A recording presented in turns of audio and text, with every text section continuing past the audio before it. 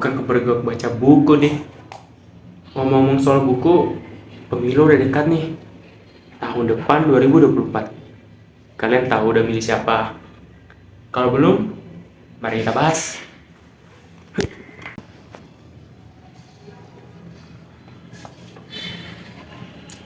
Tahun 2024 nanti akan diadakan pemilihan umum atau pemilu. Dan pemilu itu adalah pesta demokrasi terbesar di Indonesia.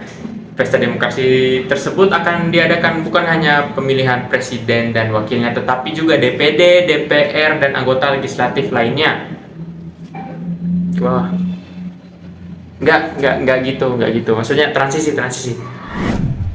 Menurut data KPU, untuk tahun 2024 nanti sudah terdata lebih dari 200 juta pemilih yang siap untuk mengikuti pemilu.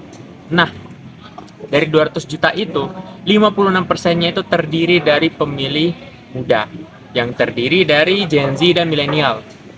Nah, saya sendiri merupakan Gen Z atau generasi Z yang akan mengikuti pemilu untuk pertama kalinya tahun depan. Dan karena itu saya dapat diklasifikasikan sebagai pemilih pemula. Tapi, pemilih pemula itu apa sih? Mari kita bahas. Pemilih pemula adalah kalangan pelajar serta mahasiswa dengan rentang umur 17 hingga 29 tahun.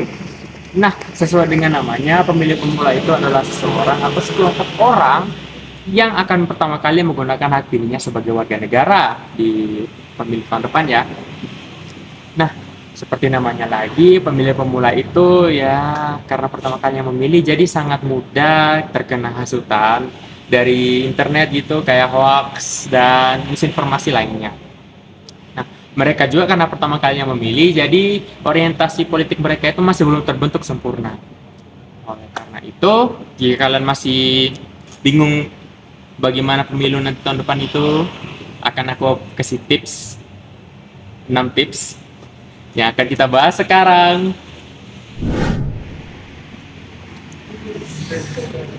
Oke. Baik. Tips yang pertama, cek DPT.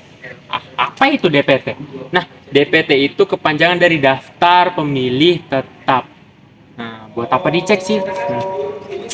Ya, percuma aja kita sebagai warga negara udah punya KTP, udah cukup umur, pokoknya udah gitulah. Nah, terus nggak bisa memilih soalnya datanya nggak ada. Nah, kita ngecek itu buat memastikan apakah data kita itu sesuai, akurat atau tidak. Nah, terus kalau dicek dan nggak ada data kita, nggak ada nama kita gimana? Boleh kalian cek link di bawah sini, kalian melapor di sini. Nah, terus yang kedua, cek riwayat hidup. Nah, nanti waktu pemilu kalau nama-nama calonnya sudah diberitahukan ke publik, kita wajib mencari tahu riwayat hidupnya itu gimana. Tunggu dulu. Kalian mungkin berpikir, kenapa sih cari riwayat hidupnya? Itu kan privasi orang.